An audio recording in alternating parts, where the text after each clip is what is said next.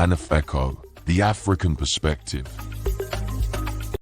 African geopolitics.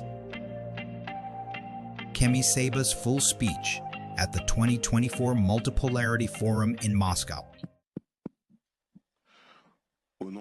In the name of Almighty God and our deserving ancestors, I address to you the ancient words of peace. I salute you. And I ask you at this historic time, at this historic moment, to please give yourselves a big round of applause for being here today. I would also ask you to give a big round of applause to Mr. Konstantin Maloyev, Professor Alexander Dugin, and the Russian government for organizing this event, which will most certainly go down in history, for the reasons I will mention in a few moments. Please give them a round of applause. The Multipolarity Summit represents, as other speakers have brilliantly said, a historic event. An event that is part of the continuity of the great summits in the history of mankind, which have helped to forge the system of equality and to fight against iniquity, against inequality in general, which was flourishing within the framework of unipolarity. This summit is a continuation of Bandung in 1955, with a difference that back then, in 1955, it was the dark-skinned peoples, the peoples of the South, who were organizing themselves, who were getting together to talk to each other. On this day, it is no longer just the peoples of the South. It is the people of 3/4 of humanity who are meeting to talk about a problem they have in common and which will sooner or later have to be resolved. This problem is the neoliberal oligarchy, the Western oligarchy, which is the #1 enemy of the rest of humanity. An enemy that has started a war. A world war. Earlier, I heard it said that the Third World War had not yet arrived, but the Third World War is here. It's a geopolitical war. It's a theopolitical war. Theopolitical because it's a war of God against the devil.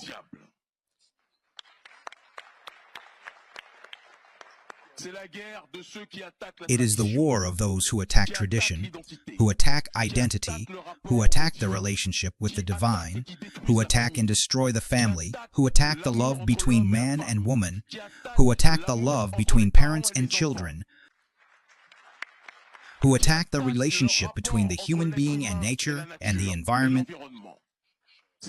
It's God's war against the devil, and it's important that we really remember that. And in this context, all the components of humanity are gathered together today. All the civilizational blocks are gathered together today.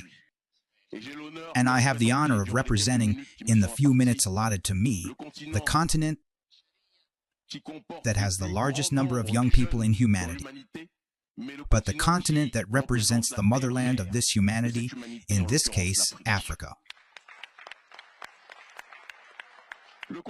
The continent that more than any other on this planet has experienced the barbarity of neoliberal oligarchy.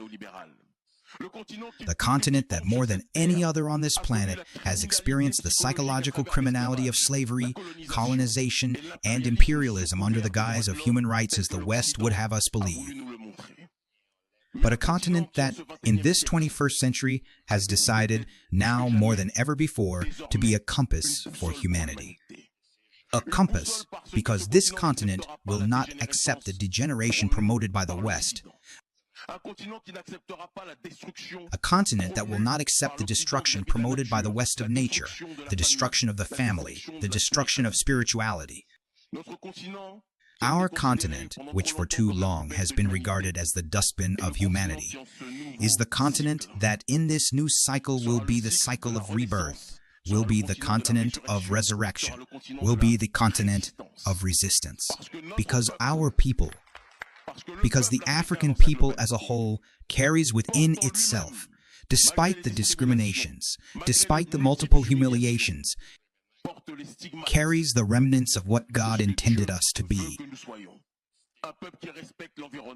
A people that respects the environment, a people that respects the family, a people that respects nature and respects its link to the divine, a people within the energy of spirituality. This is the key to resistance and the establishment of multipolarity. If the West does not understand that there are people who are attached to what God has created, Africa has decided more than ever in this 21st century to remind it. Thank you ever so much. Thanks for watching. Stay tuned for more echoes of current affairs.